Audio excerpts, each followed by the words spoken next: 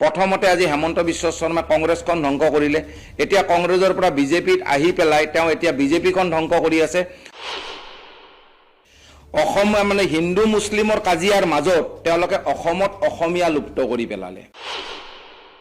আজি পানীৰ কোম্পানী খুলি দিলে, আজি বেংক একাউণ্ট খুলি দিলে, চামকানু মহন্ত, সিদ্ধাৰ্থ শৰ্মা, এই মানুহবোৰক আজি দুদিন পিছত যেতিয়া ইলেকশ্যন শেষ হৈ যাব নহয়, ইলেকশ্যনৰ লগে লগে তেওঁলোকক ৰিলিজ কৰি দিব। আৰু দ্বিতীয় কথা, ৯,০০০ স্কুলৰ ওপৰত অসমীয়া স্কুল কিয় বন্ধ হৈ গ'ল, এইবোৰ কুৱেশ্যন আহি মদৰ দোকান ইমান কিয় অসমত বাঢ়িলে, আজি অসমত তেওঁলোকে অনা অসমীয়া আনি পেলাই ভৰ্তি কৰিলে, কাৰ নামত পৰা আৰম্ভ কৰি যিবোৰ তেওঁলোকে এইবোৰ কাম কৰি পেলাই আজি অসমখনত আজি অসমীয়াৰ অস্তিত্ব নোহোৱা কৰাত এটা পৰিৱেশ সৃষ্টি বেদখলকাৰী কৰিলে ১.৫ লাখ বিঘা লেণ্ড।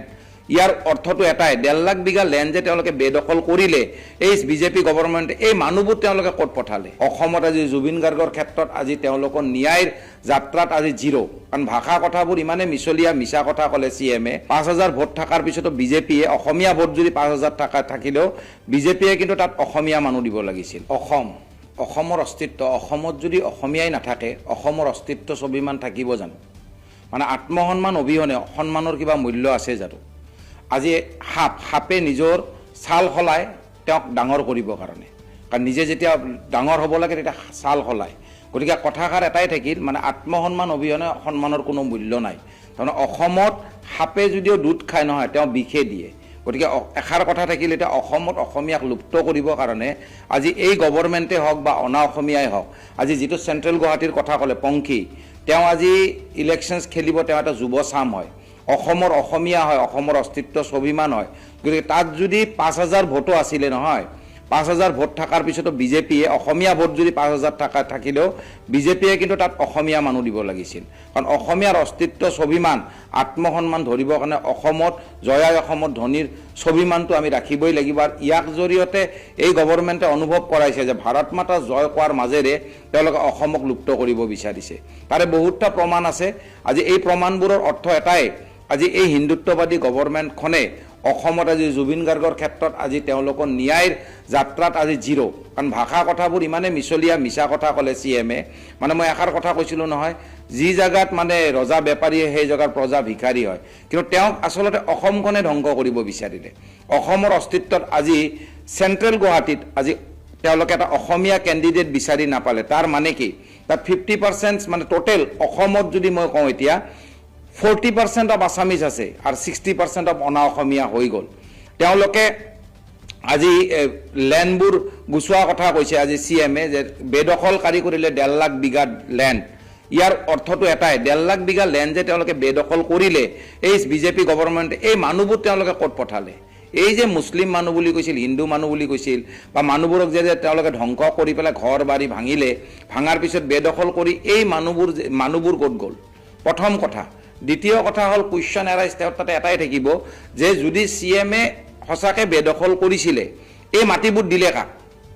আদানী আম্বানী আজি আহি পেলাই ৰামদেৱ এই অনা অসমীয়া মানুহবোৰক আজি জাগাবোৰ দিছিলে, যাৰ এটা জ্বলন্ত উদাহৰণ হ'ল সিংগালে এই জল জীৱনৰ যিটো আঁচনি আছিলে, এটা অসমীয়া ব্যৱসায়ীকো নিদিলে। আজি বাজাজ নামৰ এজন অনা অসমীয়া মানুহক ব্যৱসায়টো দিলে। তো এই জৰিয়তে আজি CM-এ আচলতে অসমখন ধ্বংস কৰিব বিচাৰিছে। কিন্তু CM-ক এষাৰ কথা ক'ব বিচাৰোঁ, অসমখন তেওঁৰ পৈতৃক সম্পত্তি নহয়। অসমীয়াৰ স্বাভিমান ধৰিব হ'লে প্ৰথমতে তেওঁ জুবিন গাৰ্গৰ ন্যায়ত তেওঁ নিজকে অসমীয়া বুলি উঠি পৰি লাগি এই যিকেইটা কালপ্ৰিট আছিলে, যিকেইটা আজি জাতিদ্ৰোহী আছিলে, তেওঁলোকক ফাঁচীত উঠাব লাগিছিলে। তেওঁ ফাঁচীত নুঠুৱাই তেওঁৰ ছালে বেৰে কোবাই পেলাই অৰ্থ নোহোৱা ভাষা কৈ পেলাই অসমখনক ধ্বংস কৰি দিলে।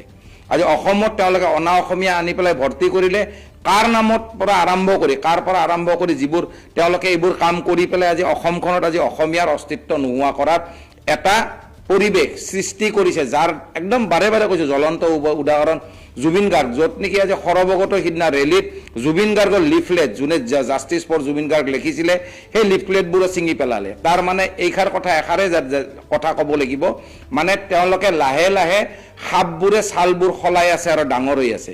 কাৰণ অনা অসমীয়াৰ অস্তিত্বত যদি আজি অসমীয়া এজনে আহি পেলাই জিতিব নোৱাৰে, আৰু অসমীয়া মানুহ এজনে যদি নাথাকে চেণ্ট্ৰেল, তাৰ মানে কি, গুৱাহাটী আমাৰ প্ৰাণ কেন্দ্ৰ, মানে গুৱাহাটী অসমৰ চকুত গুৱাহাটীখন আজি শ্ৰেষ্ঠ গতিকে এইটো আমাৰ আত্মা গুৱাহাটীত তাতে যদি আমি হিন্দু মানুহ দিব নোৱাৰোঁ অসমীয়া হিন্দু দিব নোৱাৰোঁ যদি দিব নোৱাৰোঁ তেতিয়াহ'লে ইয়াৰ অৰ্থটো কি হ'ল তাৰ মানে আমাৰ অসমত লাহে লাহে অসমীয়া লুপ্ত হৈ গৈ আছে জিকাৰ কথা আজি ভূপেন হাজৰিকাদেৱে কৈ গৈছিলে আজিৰ অসমীয়াই নিজক নিছিলে অসম ৰখাতলৈ যাব আৰু এই অসম ৰখাতলৈ গ'ল আৰু আমি অসমীয়া ভগনীয়া হ'লোঁ ইয়াৰ অৰ্থ এই যদি এইবাৰ ইলেকশ্যনছ আহে ইলেকশ্যনত যদি আজি বিজেপি গভৰ্ণমেণ্ট জিতিব লগা হ'ল আৰু যদি CM হেমন্ত বিশ্ব শৰ্মা হৈ যাব লগা হ'ল তেতিয়াহ'লে আপুনি মনত ৰাখক যে অসমৰ অস্তিত্ব স্বাভিমান নাম সকলো বস্তু সলনি হৈ যাব যেনেকৈ তেওঁলোকে অনা অসমীয়াৰ আগ্ৰাসন যিটো অসমত চলাইছে আৰু যোনে জুবিন গাৰ্গৰ বাৰে বাৰে কৈছোঁ ন্যায়ৰ ক্ষেত্ৰত তেওঁ আজি লেহেমীয়া কৰি দিলে এই যে মানুহবোৰৰ আজি পানীৰ কোম্পানী খুলি দিলে আজি বেংক একাউণ্ট খুলি দিলে চামকানু মহন্ত সিদ্ধাৰ্থ শৰ্মা এই মানুহবোৰক আজি দুদিন পিছত যেতিয়া ইলেকশ্যন শেষ হৈ যাব নহয় ইলেকশ্যনৰ লগে লগে তেওঁলোকক ৰিলিজ কৰি দিব তেওঁলোকক বেল দি দিব ক'ব কোৰ্টে দিব নোৱাৰিলে because there is no' eyewitness কাৰণ প্ৰবাসী অসমীয়াকটো ধৰি নাৰাখিলে ইয়ৰ্ডবোৰ ডিটেইন নকৰিলে আল্টিমেটলি হ'ল কি তেওঁলোকে 3500 চাৰ্জশ্বিট যিটো ভেকবাওনা কৰিলে আজি ইমান দিনে লগ লাগি পেলাই অসমত কাক কৰিলে জুবিন গাৰ্গ কোন হয় আজি জুবিন গাৰ্গ বিশ্ব প্ৰসিদ্ধ হয় তেওঁ হামিং কিং হয় অসমৰ প্ৰাণ কেন্দ্ৰ হয় আজি যিটো তেওঁৰ সমাধিস্থল সেই সমাধিস্থলো তেওঁলোকে পূৰ্ণভাৱে সেই সন্মান দিব নোৱাৰিলে এই আজি সেই সমাধিস্থলটো আজিলৈকে বনোৱা নহ'ল গতিকে জুবিন গাৰ্গৰ নিচিনা মানুহ এজন যোনে অসমখনক 198 দেশত আমাক বিশ্ব প্ৰসিদ্ধ কৰিলে লগতে অসমক প্ৰসিদ্ধ কৰিলে তেওঁক চিৰযুগমীয়া কৰিলে মই বাৰে বাৰে এষাৰ কথাই ক'ম জুবিন গাৰ্গৰ ক্ষেত্ৰত এইবাৰ ইলেকশ্যন আচলতে আমি প্ৰত্যাহাৰ কৰিব লাগিছিল যদিও আমি প্ৰত্যাহাৰ কৰা নাই কেণ্ডিডেট চাই পেলাই ভোট দিব লাগিব কাৰণবোৰ এটাই কথা জয়ন্ত দাসৰ পৰা আৰম্ভ কৰি মই কথা ক'ম বা যিমানখিনি মানুহ আছে আজি জয়ন্ত দাসক দিছপুৰত দিলে দিছপুৰত তেওঁ আজি নিৰ্দলীয় খেলিলে কিন্তু দুদিন আগতে কংগ্ৰেছৰ পৰা ৰিজাইন দি পেলাই প্ৰদ্যুৎ বৰদলৈ ডাঙৰীয়া আহি এদিনতে জইন কৰি পেলাই তেওঁ আজি এই আমাৰ গুৱাহাটীৰ প্ৰাণ কেন্দ্ৰ দিছপুৰত তেওঁ টিকেটটো কেনেকৈ পালে ইয়াকে জাতীয়তাবাদ বুলি কয় নেকি ইয়াকে বিজেপি বুলি কয় নেকি বিজেপি মানে কি বিজেপি মানে অৰ্থটো আছিল আচলতে সেৱা সুৰক্ষা সংস্কাৰ সেই সংস্কাৰটো তেওঁলোকে নাৰাখি বিজেপি ধ্বংস কৰক কংগ্ৰেছ ধ্বংস হৈছিলে কিন্তু তাৰ মাজত তেওঁ অসমখন বিক্ৰী কৰি আছে 9000 স্কুল বন্ধ হৈ গৈছিলে অসমীয়া স্কুল দীঘলী পুখুৰীক অনা অসমীয়াক ভাড়া দিছিলে 9000 স্কুলৰ ওপৰত আৰু 90খন স্কুল আকৌ বন্ধ হ'লে আৰু সেইবোৰ স্কুল বন্ধ কৰি তেওঁ মদৰ দোকান খুলিলে অসমত আৰু মানে যুৱ চামক পংগু কৰিব বিচাৰিলে গতিকে গো মাংস ব্যৱসায়ত পৃথিৱীত তেওঁলোকে প্ৰথম স্থানত আছে এই ভাৰতবৰ্ষ প্ৰথম স্থানত কিন্তু হিন্দুত্ববাদী চৰকাৰ বোলে আজি তেওঁলোকে ইজৰাইলৰ পৰা ইৰাক ইৰাণৰ পৰা মুছলিম কাণ্ট্ৰিৰ ভিতৰেৰে গেছ আনিব তেল আনিব ইন্ধন আনিব কিন্তু তেওঁলোকে ভাৰতবৰ্ষখন তেওঁলোকে কৰিব কি হিন্দুত্ববাদী ৰাষ্ট্ৰ আৰু এই যে আজি আমিখিনি আমাৰ অভাৱ হ'ল অসমত যে অভাৱ হ'ল বিকাশ কৈ পেলাই যে আজি গেছৰ তেলৰ যে অভাৱ চলিল গতিকে এইখাৰ কথা মই এষাৰ কথাই কওঁ যেতিয়াৰ পৰা বিজেপি চৰকাৰ আহিছিলে প্ৰথমতে লকডাউন আহিলে তাৰপৰত জিঅ' চিম আহিলে জিঅ' চিমত মানুহে লাইন ধৰিলে লকডাউনৰ সময়ত নোটবন্দীৰ সময়ত মানুহে লাইন ধৰিলে টকাবোৰ ল'ব কাৰণে আজি গেছৰ কাৰণে লাইন ধৰি আছে আজি আপোনাৰ পেট্ৰল পাম্পত মানুহে লাইন ধৰি আছে লগতে সকলো বস্তুৰ দাম বাঢ়ি গ'ল যি দাম অতুলনীয় মানে আমি দিব নোৱাৰা দাম তাৰ মানে অসমখনক 9000 কোটি টকাৰ ওপৰত লোন লৈ অসমখন পংগু কৰিলে লোন লোৱাটো ইজ ভেৰি গুড ৱৰ্ল্ড বেংকে দিছে কিন্তু টকাবোৰ গ'ল ক'ত টকাবোৰ তেওঁলোকে কংক্ৰিটত ইউজ কৰিলে মানে য'ত ব্যৱহাৰ কৰিব লাগে নকৰিলে কমিশ্যনৰ নামত অসমখন ধ্বংস কৰিলে অসমৰ প্ৰতিজন মানুহ আজি ধাৰুৱা 50000 ওপৰত ধাৰ হৈ গ'ল প্ৰতিজন মানুহ এটা শিশু পেটত থকা শিশুৰ পৰা তো এই অসমবাসীয়ে বুজিবৰ হ'ল কাৰণ এইবাৰ অসমত অনা অসমীয়াৰ আগ্ৰাসন মানে যিবোৰ অনা অসমীয়া আহি সোমালে এই অসমীয়া এই যিটো আজি চেণ্ট্ৰেল গুৱাহাটীত যিটো মানুহজনক দিলে আজি সেই মানুহজনৰ অনা অসমীয়াজনৰ পৰা এটা কথা প্ৰকাশ পায় মানে আমাৰ অসমীয়া লাহে লাহে লুপ্তগামী অসমৰ জাগাবোৰ যিবোৰ আজি বেদখল কৰিলে 1.5 লাখ বিঘা অনা অসমীয়াৰ হাতত দিলে অসমীয়াৰ আজি ক'ব গ'লে অসম মানে হিন্দু মুছলিমৰ কাজিয়াৰ মাজত তেওঁলোকে অসমত অসমীয়া লুপ্ত কৰি পেলালে আৰু এই লুপ্তগামী যদি অসমীয়াখিনি আমি অসমে বুজি নাপাওঁ তেতিয়াহ'লে কিন্তু আমি বিপদত পৰিলোঁ আৰু এইখাৰ কথা মই এই কাৰণে কৈছোঁ এইটো ইলেকশ্যনৰ পিছত যদি বিজেপি চৰকাৰ আহে আৰু হেমন্ত বিশ্ব শৰ্মা আকৌ CM হৈ গ'ল তেতিয়াহ'লে আপোনালোকে জানক যে অসমৰ জয়াই অসম ধ্বনি মানে লুপ্ত হৈ যাব লগতে আমি আমাৰ অস্তিত্ব যিবোৰ ভাষা আমি কওঁ জয়াই অসম সেই ভাষাখিনি আমি টেক্স দিও ক'ব নোৱাৰিম আমি এইষাৰ কথা অপ্ৰিয় সত্য বুলি মই ক'ব নাযাওঁ, কিন্তু এইষাৰ কথা একদম আপুনি জানিব চিৰ সত্য বুলি মানি লওক। চিৰ সত্য বুলি মই এইকাৰণে কৈছোঁ, কাৰণ যিখিনি কথা হ'ব গৈ আছে সেইখিনি কথা আপোনালোকে ভূপেন হাজৰিকাৰ দিনৰ পৰা চাওক, আজি জুবিন গাৰ্গৰ ক্ষেত্ৰত চাওক, তেওঁক ন্যায় নিদিলে। মই বাৰে বাৰে কৈছিলোঁ ন্যায় নিদিয়ে, দিলে জানো ন্যায়? নাপালে ন ন্যায়।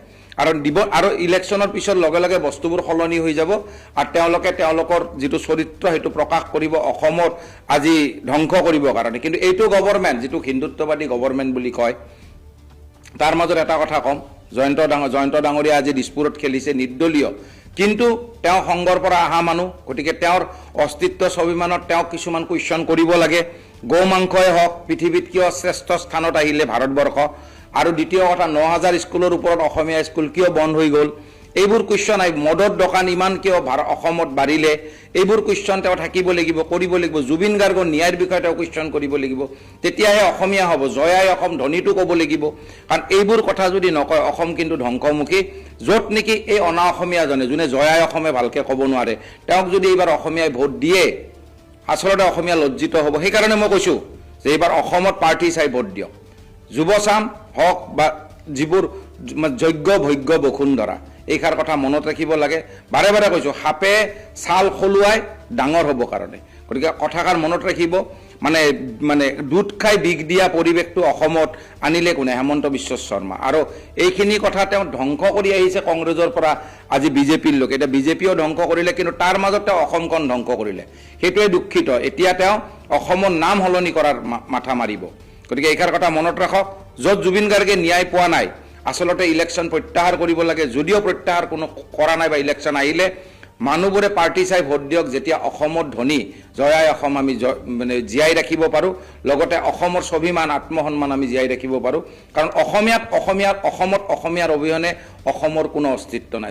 নাম কোৱা নাই যদিও এই বুঢ়াজনে শুনি লওক, এই বুঢ়াজনে শুনি লওক। এই বুঢ়া, মই তোমাক বুঢ়া বুলি কৈছোঁ, সংগঠন এৰা। বুঢ়া বুলি নাম কোৱা নাই যদিও বুজি লওক, কাক বুঢ়া বুলি কৈছোঁ। অসমীয়া ডেকাক ধ্বংস কৰি দিলি, অসম বিক্ৰী কৰি দিলি ওপৰৰ লগত মিলি মিলি। এটা কথাকে মই বাৰে বাৰে কৈ থাকিব লগা হৈছে, লাজ লাগিব লাগে বুঢ়া। গোটেই সংগঠনবিলাক শুনি লওক। প্ৰত্যেকবাৰে মোৰ ব্যৱসায়ৰ টাইমত আপোনালোকে চান্দা তুলিব আহে, চান্দাৰ ইমান মতা কাগজ হৈ যায়। এইবাৰ আপোনালোকে কোনোবা হওক, মোৰ তাতে পেনত পেচাব কৰাই দিম। মই পেনত পেচাব কৰাই দিম, মই কৈ দিছোঁ, যাতে কোনো নাহে মোৰ তাতে। জিতেন্দ্ৰ চালৈত তাতে শান্তিপুৰত কোনো যাতে নাহে, মই পেনত পেচাব কৰাই পঠাই দিম। ঘেণ্টা জয়াই অসম ক'ব পাৰা তোমালোকে, বিকাশ অসম। জয়াই অসম কৰা তোমাৰ অধিকাৰেই নাই। তুমি মোক দেৱালীৰ টাইমত যিটো তুমি জুবিনৰ নামত মোক তুমি যিটো পইচা দাবী দিছিলা, আৰু তুমি মোক কি কৈছিলা? তুমি উচ্চ শিক্ষিত, তুমি তোমাৰ অমুক ডিগ্ৰী তমুক ডিগ্ৰী, মই পাহৰি গৈছোঁ। তোমাৰ সেই ডিগ্ৰী কাগজখন লৈ এটা চানা আলাত তাতে লৈ যাবা, লৈ যাই তুমি তাতে চানা খাবা। লুটিবৰ কাৰণে সংগঠন খুলি আছা।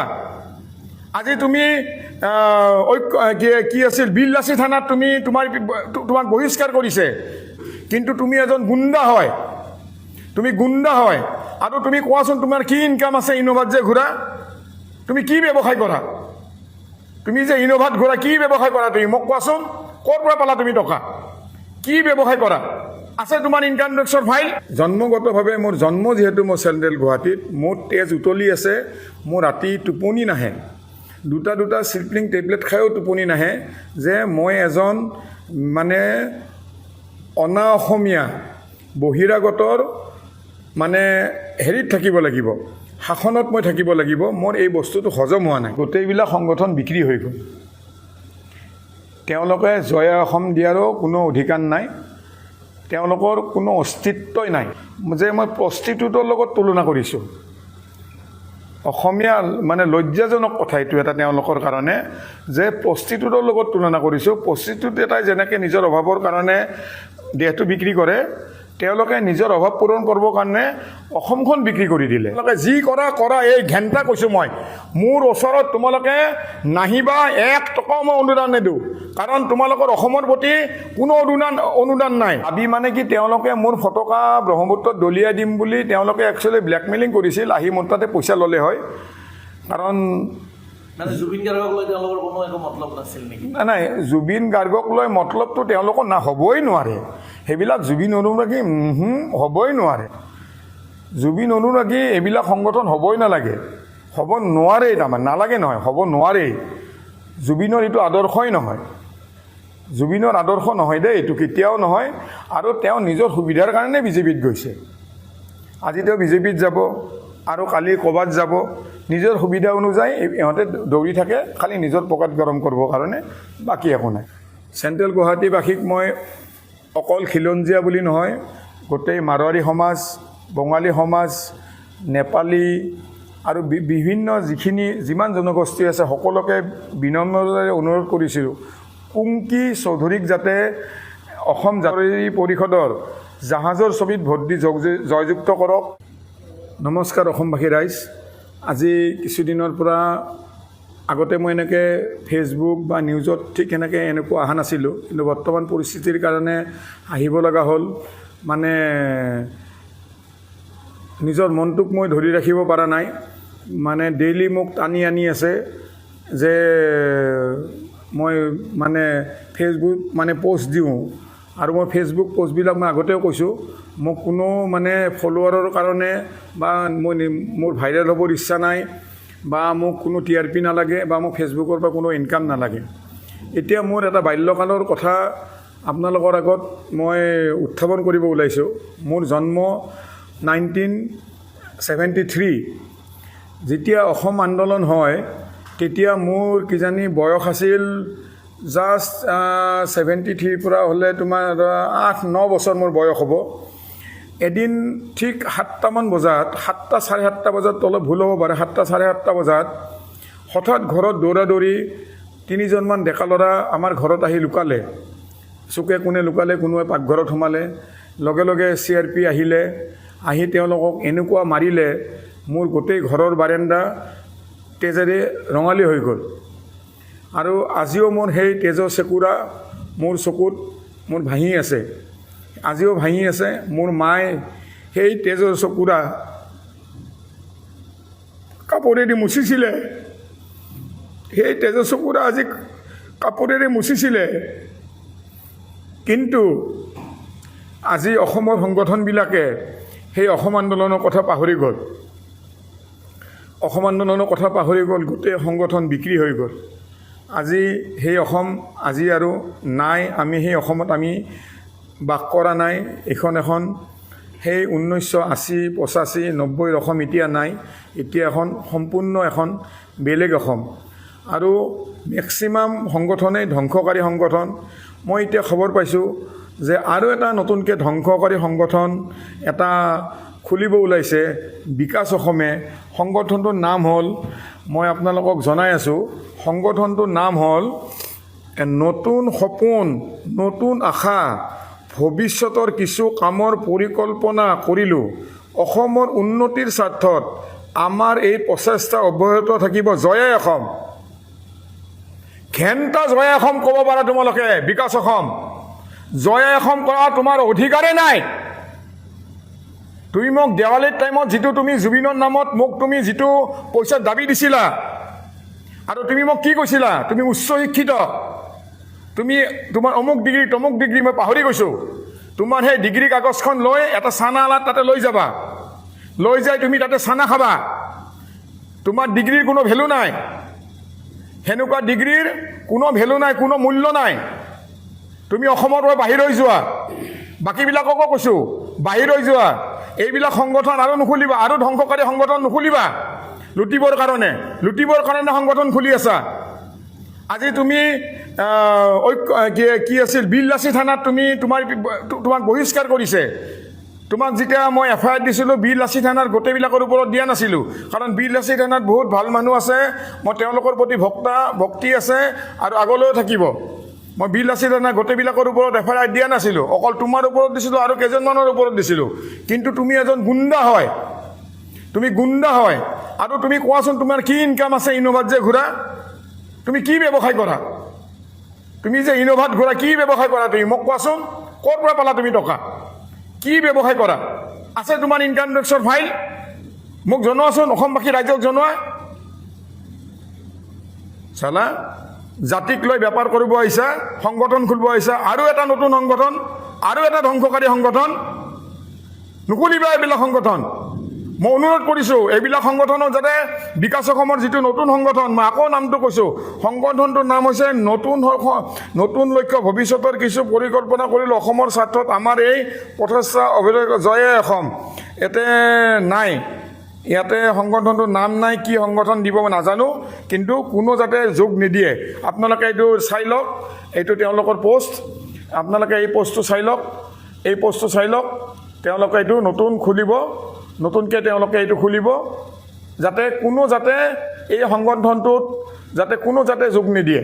মোৰ একদম কাটৰ আহ্বান, ডেকা চাম, উঠি অহা ডেকা চাম, বৰবাদ হৈ যাবা তোমালোকে। অকল কৰ্ম কৰা, এইবিলাকত নাহিবা, চান্দা তুলি খাই তোমালোক অকৰ্মান্য হৈ যাবা। এতিয়া আপোনালোকে কিবা যদি সোধে মোক সুধিব পাৰে। চেণ্ট্ৰেল গুৱাহাটীত লৈ মই আহিছোঁ, যিহেতু আপুনি আজি দুদিনমানৰ পৰা চেণ্ট্ৰেল গুৱাহাটীৰ যিহেতু বাসিন্দা আপুনি, গতিকে আপুনি এটা খিলঞ্জীয়া হিচাপে আপুনি অসমীয়া জাতিটোক কিমান ভাল পায়, অসমীয়া মানুহখিনি কিমান ভাল পায়, আৰু এজন অসমীয়া হিচাপে আপুনি মাত মাতি আছে এইবাৰ আমি দেখিবলৈ পাইছোঁ। বিজয় গুপ্তাৰ যিহেতু এইবাৰৰ বিজেপিয়ে দিছে প্ৰাৰ্থী, আৰু অসম জাতীয় পৰিষদৰ প্ৰাৰ্থী হ'ল কুংকি চৌধুৰী। আপুনি এটা কথাই কৈ আছে যে বিজেপিয়ে কিয় এগৰাকী অসমীয়া ব্যক্তিক ইয়াত প্ৰাৰ্থী নিদিলে। তো কিন্তু আমি যদি চেণ্ট্ৰেল গুৱাহাটীটো চাওঁ, এতিয়া চেণ্ট্ৰেল গুৱাহাটীৰ যিটো ভোটৰ সেই যিটো ষ্ট্ৰাকচাৰ, তাতে কিন্তু বঙালী ভোট আৰু আপোনাৰ হিন্দী ভাষী ভোট যথেষ্ট আছে, আৰু সেইলৈয়ে হয়তো বিজেপি এই টাৰ্গেট কৰিছে নেকি। কিন্তু চেণ্ট্ৰেল গুৱাহাটী সমষ্টিত যদি এনেকুৱা হয়, বিজেপিয়ে কি জাতি মাতি ভেটিৰ কথা কয়, আপুনি কি ভাবে? চাওক, মই বিজেপি জাতি মাতি ভেটিৰ কথা মই নকওঁ, মই ইমান দূৰলৈ মই নাযাওঁ, মই ইমান ডাঙৰ মানুহো নহয়। জাতি মাতিৰ ভেটিৰ কথা কৈ তেওঁলোকে কি কৰিছে মই ধৰক ইমান মই নকওঁ। জাতি মাতি ভেটি ৰক্ষা কৰিব লাগিব সংগঠনবিলাকে। জাতি মাতি ভেটি এখন চৰকাৰে দায়িত্ব কিমান বা তেওঁলোকে কিমান পালন কৰিছে সেইটো মই নকওঁ। মোৰ বহুত শত্ৰু হৈ যাব পাৰে, বেয়া পাব পাৰে, সেইটো মই নকওঁ। কিন্তু আজি জাতি মাতি ভেটি ৰক্ষা কৰিব লাগিছিল, অকল সংগঠনবিলাকৰ দায়িত্ব আছিলে জাতি মাতি ভেটিটো ৰক্ষা কৰাটো। আৰু মই যিহেতু চেণ্ট্ৰেল গুৱাহাটীৰ মানে জন্মগতভাৱে মোৰ জন্ম যিহেতু মই চেণ্ট্ৰেল গুৱাহাটীত, মোৰ তেজ উতলি আছে, মোৰ ৰাতি টোপনি নাহে, দুটা স্লিপিং টেবলেট খায়ো টোপনি নাহে, যে মই এজন মানে অনা অসমীয়া বহিৰাগতৰ মানে হেৰিত থাকিব লাগিব, শাসনত মই থাকিব লাগিব। মোৰ এই বস্তুটো হজম হোৱা নাই। আৰু আপুনি যে এইমাত্ৰ যে ক'লে যে মাৰোৱাৰী ভোটাৰ আছে, বেংগলী ভোটাৰ আছে, অনা অসমীয়া ভোটাৰক লক্ষ্য কৰি ইয়াতে মানে অনা অসমীয়া প্ৰক্ষেপ কৰিছে নেকি, মোৰ মতে এইটো ভুল ধাৰণা। কাৰণ মই আজি দুদিনমানৰ পৰা কৈ আছোঁ যে বহুত মাৰোৱাৰী মানুহ, বেংগলী মানুহ মোৰ লগত যোগাযোগ কৰিছে, তেওঁলোকে বেয়া পাইছে, ভিতৰে তেওঁলোকৰ ক্ষোভ আছে যে ইয়াতে কিয় বিহাৰী দিলে, তেওঁলোকৰো এইটো মানে ক্ষোভ আছে। আৰু মই আপোনাক এটা কথা কওঁ, বিজয় গুপ্তাৰ এটা কথা কওঁ, বিজয় গুপ্তাৰ বহুত কলা অধ্যায় আছে। মাজতে প্ৰতিদিন টাইমত ওলাইছিলে তেওঁৰ কথা, বেয়াকৈ ওলাইছিলে, মই অলপ পাহৰিছোঁ। তেওঁৰ কথা কেলেংকাৰী আছে। তেওঁৰ ল'ৰা সঞ্জয় গুপ্তা তেওঁৰ ল'ৰাৰ নাম, ভুল হ'ব পাৰে, নামটো ভুল হ'ব পাৰে, সঞ্জয় গুপ্তা, তেওঁৰো দ্বিতীয় কেলেংকাৰী আছে। বম্বেৰ পৰা এইটো হেৰি হৈছে, মেঘালয়ত মানে এৰেষ্ট কৰিছিলে, কৰি গোটেই লোন মানে ডুপ্লিকেট বেংক চাৰ্টিফিকেট দি, সেইটো মাষ্টাৰ মাইণ্ড হয় বিজয় গুপ্তাৰ মানে ল'ৰা। আৰু মই ভাবোঁ বিজয় গুপ্তাই যিটো প্ৰাৰ্থিত্ব বিচাৰিছে নিজৰ ল'ৰাক ৰক্ষণাবেক্ষণ দিবৰ কাৰণে, অকল সেইটোৱে। আৰু যদি বিজয় গুপ্তা নিৰ্দোষী, সেই নিউজখিনি বজাওঁতে তেওঁ কিয় স্পষ্টীকৰণ বিচৰা নাই? তেওঁ যদি নিৰ্দোষীয়ে হয়, কিয় স্পষ্টীকৰণ বিচৰা নাই? কিয় ৰাজহুৱাভাৱে প্ৰেছ মিট দিয়া নাই? তেওঁ যদি নিৰ্দোষী হয়, তাৰমানে তেওঁ দোষী, তেওঁ নিজকে দোষী মানি লৈছে। আজি যদি মই এটা কিবা কথা বিজয় গুপ্তাক মিছাকৈ কওঁ, মোৰ ওপৰত কেছ দি দিব নে নিদিয়ে? মোৰ ওপৰত কেছ দি দিব বিজয় গুপ্তাই। ঠিক তেনেকৈ সেই চেনেলকেইটাৰ ওপৰত কিয় নিদিলে? প্ৰাগ নিউজতো ওলাইছিলে, প্ৰতিদিন টাইমতো ওলাইছে, মই ফেচবুকত পাইছোঁ, মই পঢ়িছোঁ, আৰু মই যিখিনি পঢ়িছোঁ সেইখিনি পাইছোঁ। যিহেতু সেই দুটা এটা অসমৰ মানে নাম থকা চেনেল, তেওঁ কিয় সেই মুহূৰ্তত তেওঁ কিয় মানে তেওঁ হেৰি নকৰিলে, প্ৰতিবাদ কিয় নকৰিলে যে এইখিনি মিছা অসমৰ ৰাইজক কিয় নজনালে? এইখিনি আৰু কিবা সুধিব নেকি কওক? হয়, আপুনি যেনেকৈ মাত মাতিছে, আজি মাত মাতিব লাগিছিল অসমৰ ইমানবোৰ সংগঠন আছে, মাজে সময়ে আমি দেখিবলৈ পাওঁ বিভিন্ন অফিচত গৈ আমাৰ সংগঠনসমূহে অসমীয়াগিৰিটো দেখুৱায়, বহু ক্ষেত্ৰত আমি দেখিবলৈ পাইছোঁ।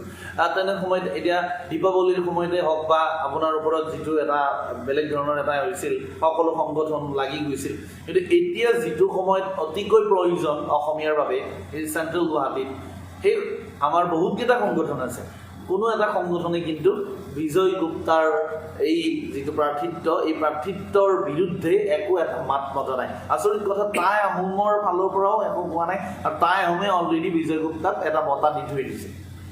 আচ্ছা, এই কথাখিনি মই বাৰে বাৰে কৈ আছোঁ যে গোটেইবিলাক সংগঠন বিক্ৰী হৈ গ'ল।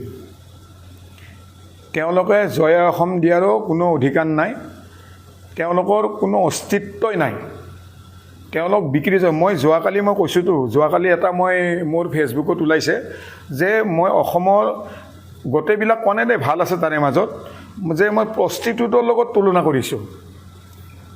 অসমীয়া মানে লজ্জাজনক কথা এইটো এটা তেওঁলোকৰ কাৰণে, যে প্ৰষ্টিটিউটৰ লগত তুলনা কৰিছোঁ। প্ৰষ্টিটিউট এটাই যেনেকৈ নিজৰ অভাৱৰ কাৰণে দেহটো বিক্ৰী কৰে, তেওঁলোকে নিজৰ অভাৱ পূৰণ কৰিবৰ কাৰণে অসমখন বিক্ৰী কৰি দিলে। আৰু তেওঁলোকৰ পৰা আপুনি কি বিচাৰিব? আৰু মই আপোনালোকৰ চেনেল দি এটা কথা কৈছোঁ দেই, একদম গোটেই সংগঠনবিলাক শুনি লওক। প্ৰত্যেকবাৰে মোৰ ব্যৱসায়ৰ টাইমত আপোনালোকে চান্দা তুলিব আহে, চান্দাত ইমান মোটা কাগজ হৈ যায়। এইবাৰ আপোনালোকে কোনোবা হওক মোৰ তাতে পেনত পেচাব কৰাই দিম, মই পেনত পেচাব কৰাই দিম, মই কৈ দিছোঁ, যাতে কোনো নাহে মোৰ তাতে। জিতেন্দ্ৰ চালৈত তাতে শান্তিপুৰত কোনো যাতে নাহে, মই পেনত পেচাব কৰাই পঠাই দিম। এইখিনি মোৰ সাহস আছে। তোমালোকে যি কৰা কৰা, এই ঘেণ্টা কৈছোঁ মই, মোৰ ওচৰত তোমালোকে নাহিবা, 1 টকাও মই অনুদান নিদিওঁ, কাৰণ তোমালোকৰ অসমৰ প্ৰতি কোনো অনুদান নাই। আৰু মোৰ পইচা লৈ তোমালোকে কোনো সৎ ব্যৱহাৰ নকৰা, কোনো সৎ জেগাত নাযায়। মই তোমালোকক 850 টকাও তোমালোকক মই ডনেশ্যন নিদিওঁ। যদি একদম নাহিবা, মই কৈ দিছোঁ, মই ৱাৰ্ণিং দিছোঁ, কোনো সংগঠন মোৰ তাতে নাহিবা। ভোজপুৰী সংগঠনে স্পষ্টকৈ কৈ দিছে যে বিজয় গুপ্তাক যাতে সকলো হিন্দীভাষীয়ে ভোট দিয়ে। তেনেকৈ আমাৰ অসমৰ কিন্তু এটাও, মই বিশেষকৈ সদৌ অসম ছাত্ৰ সন্থাৰ কথা কৈছোঁ, অসম জাতীয়তাবাদী যুৱ ছাত্ৰ পৰিষদৰ কথা কৈছোঁ, এওঁলোকে কি কাৰণত ইমান মৌন হৈ আছে বুলি আপুনি ভাবে? আকৌ এবাৰ ক'ব নেকি? মই সদৌ অসম ছাত্ৰ সন্থাৰ কথা কৈছোঁ, মই অসম জাতীয়তাবাদী যুৱ ছাত্ৰ পৰিষদৰ কথা কৈছোঁ।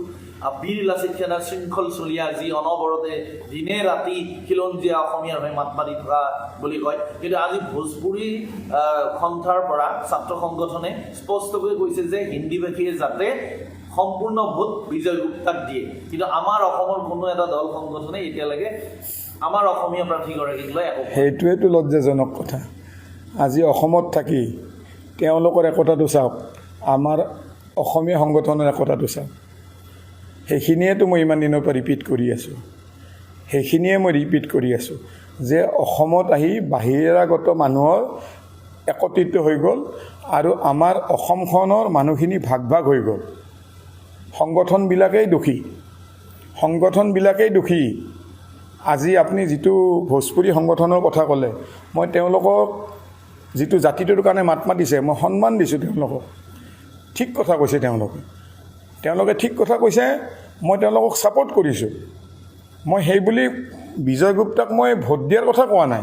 তেওঁলোকৰ যিটো জাতিটোৰ প্ৰতি যিটো দায়বদ্ধতা আছে, মই তেওঁলোকক সন্মান জনাইছোঁ। কিন্তু আমাৰ অসমীয়া বা খিলঞ্জীয়াৰ যিখিনি আমাৰ সংগঠন আছে, সেই দায়বদ্ধতাটো আমাৰ অসমৰ সংগঠনবিলাকৰ প্ৰায় ভাগৰে নাই বুলিয়ে ক'ব পাৰি। আৰু বাৰে বাৰে মই এটা কথা কৈ আছোঁ যে বহুত কেইজন আছে বুঢ়া হৈ গ'ল, বুঢ়া হৈও তেওঁলোকে সংগঠনৰ পৰা ওলাই নাম কোৱা নাই যদিও এই বুঢ়াজনে শুনি লওক, এই বুঢ়া, মই তোমাক বুঢ়া বুলি কৈছোঁ, সংগঠন এৰা, বুঢ়া বুলি নাম কোৱা নাই যদিও বুজি লওক কাক বুঢ়া বুলি কৈছোঁ। অসমীয়া ডেকাক ধ্বংস কৰি দিলি, অসম বিক্ৰী কৰি দিলি ওপৰৰ লগত মিলি। এটা কথাকে মই বাৰে বাৰে কৈ থাকিব লগা হৈছে, লাজ লাগিব লাগে বুঢ়া। বুজি পাইছানে মই কাক বুঢ়া বুলি কৈছোঁ?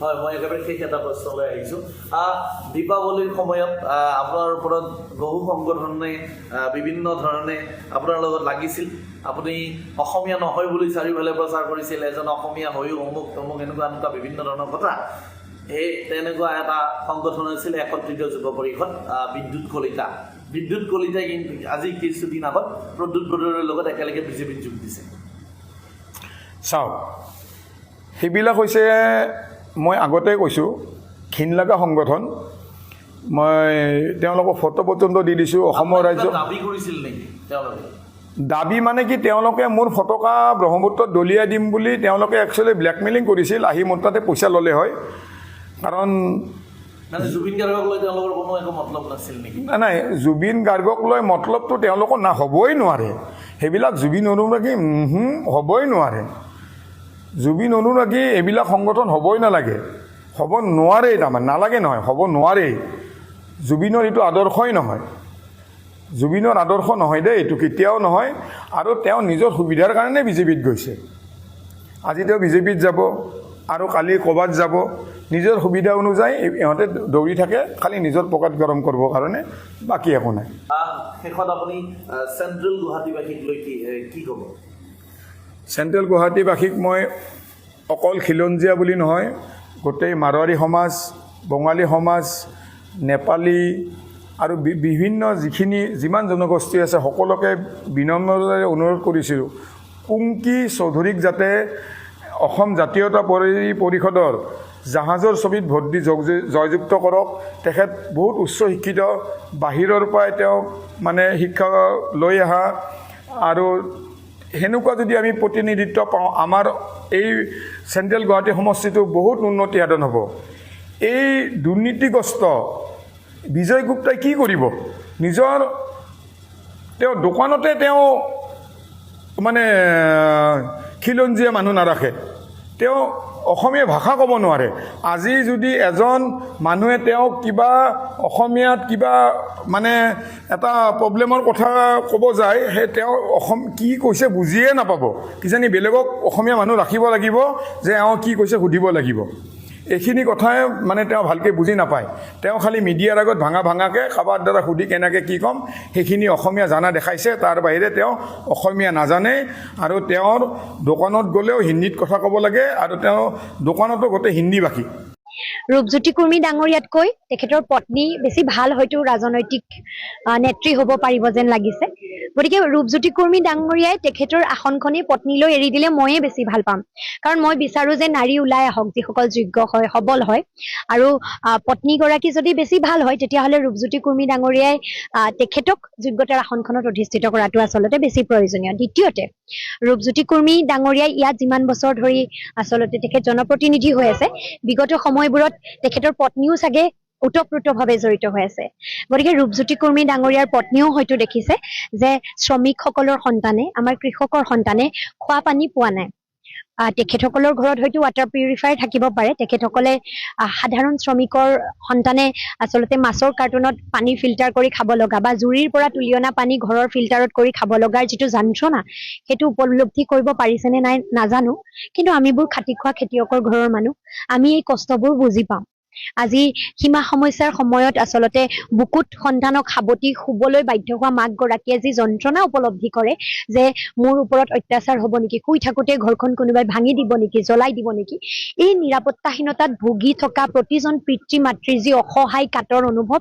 এয়া আমি বুজি পাওঁ কাৰণ আমি সাধাৰণ মানুহ আমি বুজি পাওঁ যে আচলতে যেতিয়া জীৱন জীৱিকা ধ্বংসমুখী হয় তেতিয়া মাক দেউতাকৰ মনত সন্তানৰ ভৱিষ্যতৰ বাবে কিমান চিন্তা হয় আমি বুজি পাওঁ যেতিয়া সন্তানৰ বেমাৰ এটা হয় লৈ গৈ চিকিৎসালয়ত ট্ৰিটমেণ্ট কৰিব নোৱাৰে চিকিৎসালয়ত যেতিয়া ডক্টৰ নাথাকে ICU NICU নাথাকে দৰৱ বাহিৰৰ পৰা কিনিব নোৱাৰে টেষ্ট কৰিব নোৱাৰে তেতিয়া মাক দেউতাকে সন্তানৰ বাবে কিমান অসহায় অনুভৱ কৰে সেই সহায় অৱস্থা আমি বুজি পাওঁ আৰু সন্তানেও মাক দেউতাকৰ যেতিয়া সিৰিয়াছ বেমাৰত ট্ৰিটমেণ্ট কৰিব নোৱাৰে সকলোৱেতো মানে নোৱাৰে নহয় প্ৰাইভেটলৈ লৈ যাব আজি ৰূপজ্যোতি কুৰ্মী ডাঙৰীয়া মন্ত্ৰীৰ সন্তান আছিল মন্ত্ৰীৰ সন্তান বা তেখেতৰ পত্নীয়ে হয়তো উপলব্ধি কৰিব পৰা নাই যে চিকিৎসা সেৱাটো উপলব্ধ নহ'লে সাধাৰণ ৰাইজৰ কিমান দুৰ্দশা হয়। কাৰণ তেখেতসকলৰ পইচা আছে, তেখেতসকলে পাৰিব প্ৰাইভেটত ট্ৰিটমেণ্ট কৰিব, মন গ'লে আমেৰিকালৈ লৈ যাব পাৰিব। শিক্ষা ব্যৱস্থাটো সাধাৰণ ৰাইজৰ বাবে ভাল হোৱাটো কিমান দৰকাৰী এইটো হয়তো তেখেতসকলে অনুভৱ কৰিব নাই পৰা, কাৰণ তেখেতসকলৰ প্ৰাইভেটত পঢ়ুৱাবলৈ টকা আছে। সাধাৰণ শ্ৰমিকৰ, সাধাৰণ কৃষকৰ প্ৰাইভেটত পঢ়ুৱাবলৈ টকা নাথাকে, প্ৰাইভেট নাৰ্ছিং হোমত লৈ যাবলৈ টকা নাথাকে। আজি শ্ৰমিকসকলৰ জীৱন জীৱিকাৰ যি কষ্ট হৈছে, এই জীৱন জীৱিকাৰ কষ্টখিনি ৰূপজ্যোতি কুৰ্মী ডাঙৰীয়াৰ পত্নীয়ে যদি বিগত সময়ত উপলব্ধি কৰিব পাৰিছিল, তেতিয়াহ'লে আমি ভাল লাগিলেহেঁতেন যদি তেখেতৰ জীৱন সংগী সেই কথাবোৰ সোঁৱৰাই দিলেহেঁতেন। যদি প্ৰতিগৰাকী শ্ৰমিকৰ সন্তানক তেখেতে নিজৰ বুকুত আঁকোৱালি লৈ মোৰ সন্তান আৰু মোৰ সন্তানে বিশুদ্ধ খোৱা পানী পাব লাগিব বুলি তেখেতৰ জীৱন সংগীজনক দাবী জনালেহেঁতেন, শ্ৰমিকসকলৰ লগত মজুৰি বৃদ্ধিৰ বাবে প্ৰতিবাদ কৰিলেহেঁতেন, কৃষকসকলৰ দৈনন্দিন জীৱনৰ তাৰণাবোৰৰ ক্ষেত্ৰত তেখেতসকলৰ সংগ দিলেহেঁতেন আৰু দাবী জনালেহেঁতেন যে প্ৰতিগৰাকী সন্তানৰ মাতৃ হৈ এই সমস্যাবোৰ সমাধান কৰিবলৈ যুঁজি মোৰ ভাল লাগিলেহেঁতেন। মই এতিয়াও তেখেতলৈ আহ্বান জনাওঁ, আহক, ওলাই আহক। যিখিনি কাম আপোনাৰ স্বামীয়ে কৰিব নোৱাৰিলে, যিখিনি কামত তেখেত বিফল হৈ থাকিলে, যিখিনি কাম তেখেতে উপলব্ধি কৰিব নোৱাৰিলে, এগৰাকী নাৰী হিচাপে উপলব্ধি কৰক। সেই মাতৃৰ অসহায় অৱস্থাবোৰ উপলব্ধি কৰি এগৰাকী মাতৃ হৈ তেখেতসকলৰ লগত সংগ দি ৰূপজ্যোতি কুৰ্মী ডাঙৰীয়াই মাতৃ হিচাপে মৰিয়নিৰ প্ৰত্যেকটো সন্তানৰ ভৱিষ্যত সুৰক্ষিত কৰিবৰ বাবে এতিয়াও যুঁজ এখন কৰিবলৈ ওলাই আহক। এয়াই আহ্বান তেখেতলৈ।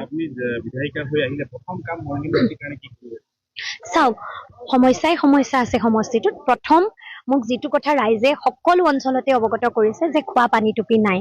আইতাহঁতে কান্দি কান্দি কৈছে আমি মৰিব হ'ল, আমাৰ জীৱন শেষ হ'ল, আমাৰ নাতিপুতিও খোৱা পানী এটুপি নোপোৱাকৈ জীৱন পাৰ কৰিব নেকি? গতিকে এইটো কাম আটাইতকৈ প্ৰাথমিক। চিকিৎসা সেৱাটো উপলব্ধ নোহোৱাৰ বাবে বহু মানুহৰ ঘৰত মৃত্যুৰ মুখত পৰিব লগা মানুহ দেখি আহিছো মই।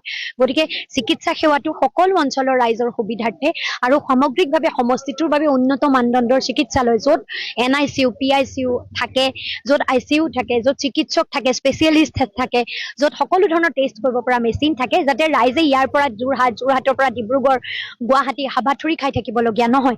সমান্তৰালভাৱে সীমা সমস্যাটো আমাৰ বাবে অতি গুৰুত্বপূৰ্ণ সমস্যা। সীমা সমস্যাটো সমাধানৰ বাবে আমি যুঁজিব লাগিব। আজি জলাশয় এটা খনন কৰিবলৈ লোৱা হৈছে, জলাশয় খননৰ যিসকলৰ জীৱন জীৱিকা ধ্বংসমুখী হ'ব সেইসকলৰ বাবে মাত মাতিব লাগিব। আজি বানগৰা খহনীয়াৰ সমস্যা আছে, ৰাস্তা ঘাট পথটো কিমান বেছি বেয়া, গোটেই অসমতে সকলো সমষ্টিত আচলতে খবৰ কৰিলে 10টা সমষ্টিত যিমান বেয়া ৰাস্তা ওলাব, ইয়াত এটা সমষ্টিতে ওলাব। গতিকে ৰাস্তা ঘাট পথৰ সমস্যা আছে। আমাৰ ক্ষুদ্ৰ চাহ খেতিয়কসকলৰ জীৱন জীৱিকা বৰ ধ্বংসমুখী হৈছে। যিটো MSP আমি নাপাওঁ। আমাৰ সাঁচি খেতিয়ক আছে, কিন্তু উদ্যোগটো আমাৰ হাতত নাই। গতিকে এই সামগ্ৰিকভাৱে গোটেই সমস্যাবোৰৰ ক্ষেত্ৰত আমি মাত মাতিবলৈ চেষ্টা কৰিম। আমি গিবন অভয়াৰণ্য কেন্দ্ৰ কৰি, আমাৰ দিছৈ ভেলী, তিৰু হিলছক কেন্দ্ৰ কৰি, গাভৰুক কেন্দ্ৰ কৰি পৰ্যটন উদ্যোগটো, বজাৰখন, মৰিয়নি টাউনখন সামগ্ৰিকভাৱে আগবঢ়াই লৈ যাবলৈ চেষ্টা কৰিম। আৰু গমধৰ কোঁৱৰ ক্ষেত্ৰকে প্ৰমুখ্য কৰি আমাৰ যিখিনি আচলতে চিন্তামণি গড় বা যিখিনি গড় আছে, যিখিনি পুখুৰী আছে, ঐতিহাসিক সমল আছে, এই ঐতিহাসিক সমলসমূহক লগত লৈ সামগ্ৰিকভাৱে মৰিয়নি সমষ্টিটোকে এক পৰ্যটনৰ কেন্দ্ৰস্থলী হিচাপে গঢ়ি তুলিবলৈ আমি প্ৰয়াস অব্যাহত ৰাখিম। আজি কংগ্ৰেছ দলৰ সতীৰ্থসকলৰ পৰা মই যিমান আশা কৰিছিলো তাতকৈ বেছি তেখেতসকলে কষ্ট কৰিছে। আজি কংগ্ৰেছ দল বুলিয়ে নহয়, জাতীয় পৰিষদ, ৰাইজৰ দলৰ প্ৰতিজন কৰ্মী, কংগ্ৰেছ দলৰ প্ৰতিজন কৰ্মী সকলোৱে আচলতে কুৰ্মীৰাজৰ অৱসান ঘটাব বিচাৰিছে। মূল কথাটো এটাই, আজি সকলোৰে বাবে বহুদিন ধৰি আচলতে এই ব্যক্তিজনৰ বিৰুদ্ধে সকলো সৰব হৈ আছিল। সকলোৱে বিচাৰিছিল যে দীৰ্ঘদিন ধৰি তেখেতে যি ৰাজতান্ত্ৰিক ব্যৱস্থা চলাই আছে, পৰিয়ালতান্ত্ৰিক ৰাজনীতি চলি আছে, ৰাইজ অতিষ্ঠ হৈছে। এটা সময়লৈকে ৰাইজে মৰম দিলে, বাট চালে, কিন্তু আজি যেতিয়া বিধায়কজনে কৈ দিয়ে যে মই নমৰালৈকে আচলতে মৰিয়নিৰ MLA ময়ে হৈ থাকিম, তাত এজন ৰজাৰ মানসিকতা প্ৰকাশ পায়। তাত সেৱাৰ মানসিকতা প্ৰকাশ নাপায়। সেৱা কৰিম বুলি অহা মানুহে ক'ব যে মই নমৰালৈকে মৰিয়নিবাসী ৰাইজৰ লগ দি যাম, সংগ দি যাম, মৰিয়নিবাসী ৰাইজৰ সমস্যাসমূহৰ বাবে মই আজীৱন চেষ্টা কৰি যাম।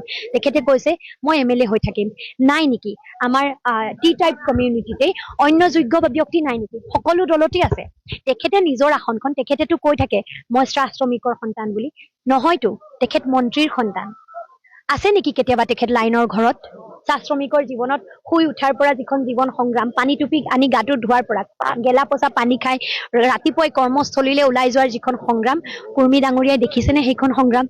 এজন মানুহৰ জ্বৰ হলে সাধাৰণ বেমাৰ এটা হলে চাহ শ্ৰমিকৰ ঘৰত যি দুখ হয় যি বেদনা হয় যিটো মজুৰি পায় সেই মজুৰিত খাবলৈ ঘৰখন চলিবলৈ কিদৰে কষ্ট হয় সপোন দেখা ল'ৰা ছোৱালীবোৰে শিক্ষা ব্যৱস্থাৰ অভাৱত যিদৰে হাহাকাৰ কৰে অৰ্থনৈতিক সংগ্ৰামখন কুৰ্মী ডাঙৰীয়াই দেখিছেনে কেতিয়াবা নাই দেখাটো কাৰণ তেখেত আছিল মন্ত্ৰীৰ সন্তান চাহ শ্ৰমিকসকলৰ মাজতে যোগ্য এনে বহু সন্তান আছে যিসকলে প্ৰকৃতাৰ্থত শ্ৰমিকৰ সন্তান যিসকলে আশা কৰিছে বিভিন্ন সংগঠনৰ মাধ্যমেৰে চাহ শ্ৰমিকসকলৰ বিষয়বস্তুবোৰ উপস্থাপন কৰি আছে যিসকল সামাজিকভাৱে চাহ শ্ৰমিকসকলৰ জীৱনৰ উন্নত মানদণ্ডৰ বাবে যুঁজি আছে প্ৰত্যেকটো দলতে আছে তেখেতৰ আসনখনেই এৰি দিব লাগিছিল ইমান দিনে বেলেগ এজনৰ বাবে দিয়াটো নাই গতিকে আজিৰ দিনটোত দল মত নিৰ্বিশেষে সকলো মানুহে মৰিয়নিবাসী ৰাইজে কুৰ্মী ৰাজৰ অৱসান বিচাৰিছে কুৰ্মীক ৰাজক অন্ত পেলাব বিচাৰিছে আৰু মৰিয়নি সমষ্টিটো উদ্ধাৰ কৰিব বিচাৰিছে ৰক্ষা কৰিব বিচাৰিছে গতিকে গৌৰৱ গগৈ ডাঙৰীয়া আহি আছে আমি খুবেই সুখী এই কথাটোত